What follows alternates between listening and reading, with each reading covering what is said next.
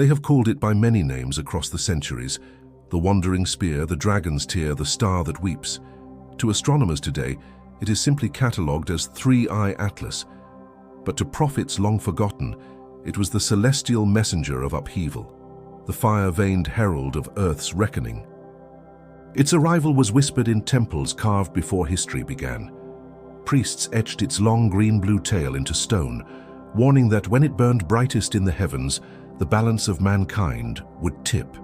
Civilizations would rise or fall, not by human hand alone, but by the will of the stars. In 2025, the cold instruments of modern science confirmed what the mystics already knew. A new interstellar visitor had entered the solar system. This was no ordinary comet, but a drifter from the deep abyss beyond our sun's reach, a fragment of an ancient creation, older than Earth itself. Its speed defied the quiet order of planets, racing not in a perfect ellipse, but slicing through the solar system like a blade through silk. Astronomers hailed it as a wonder. Prophets trembled.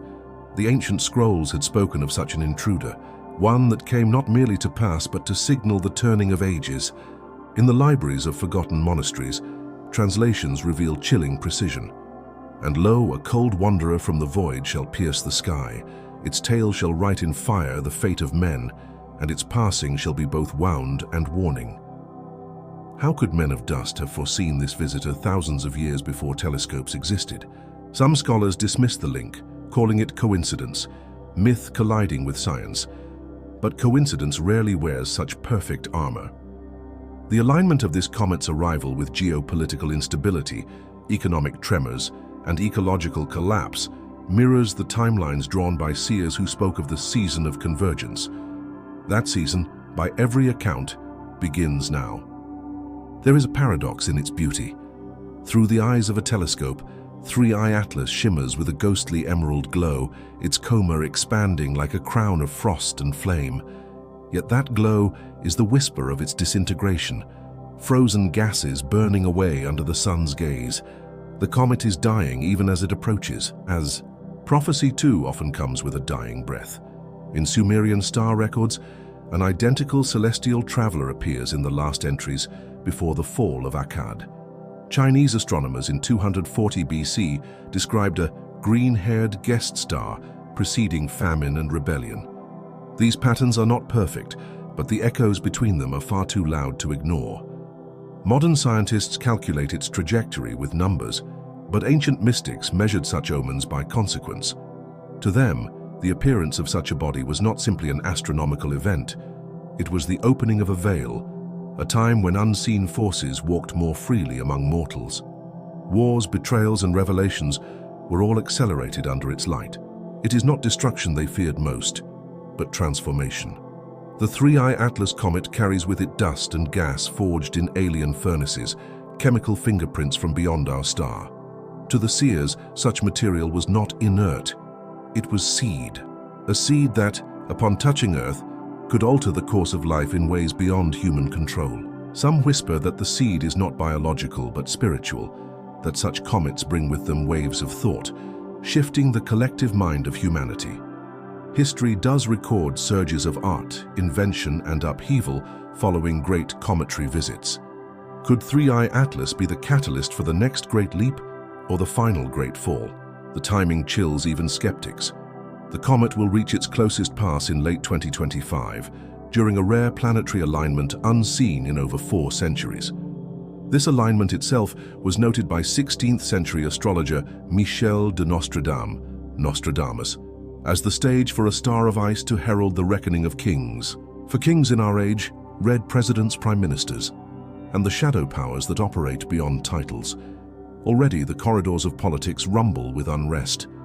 Leaders cling to power amid collapsing economies, citizens riot for truth, and new weapons are tested in secret.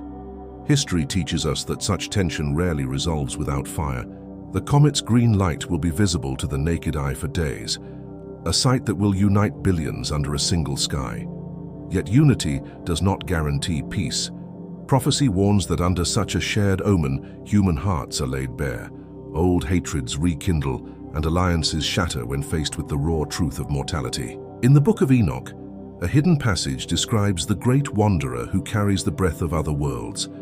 Some believe this is a poetic metaphor. Others argue it is a literal reference to comets like 3I Atlas, bringing alien material, and perhaps alien will, into Earth's biosphere. The implications are staggering. Science offers comfort in probabilities. They tell us the comet will pass safely, no collision in our future. Yet prophecy measures not impact, but influence. If the comet's debris tail intersects with Earth's orbit, microscopic particles could rain through our atmosphere, unseen yet potent enough to shift climate or disease in unpredictable ways. And then there is the human factor. What will people do when confronted with the idea that the heavens themselves are watching? Throughout history, omens have driven men to madness, to holy wars, to desperate acts of salvation or destruction. In such a climate, a single spark or a single rumor can ignite global chaos. Some mystics claim they have already felt the comet's approach in dreams and visions. Oceans swallowing coasts, cities drowned in green fog, towers crumbling under skies that glow like jade. Whether these are true glimpses of the future or subconscious fears given form, they carry the same weight in the minds of those who believe. Governments will try to control the narrative. Space agencies will issue press releases filled with safe, sterile language. But the truth is that no agency, no government, no human power can control the sky. The comet will come, and its meaning will be decided not in laboratories, but in the hearts and actions of billions. In some prophecies, the comet is not the end, but the messenger of a greater arrival. A second, darker body follows months or years later, unseen until it emerges from the sun's glare. If this is true, 3I Atlas is merely the trumpet blast before the march of an even greater doom. Others interpret it more gently. They say the comet is a gift, a chance for humanity to awaken, to shed greed and war before it is too late. They see the green light as the color of renewal, urging a rebirth of the human spirit.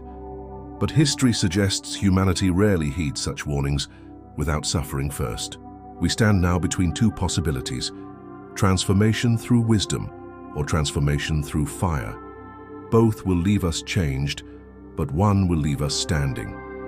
The prophets of old would say the choice lies not with leaders or nations, but with each soul who looks up and sees the emerald ghost above.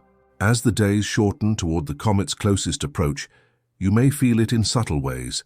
Dreams more vivid, tempers shorter, old memories resurfacing unbidden. Whether these are products of cosmic influence or coincidence, they will feed into the collective tension. The air will thicken with unspoken anticipation.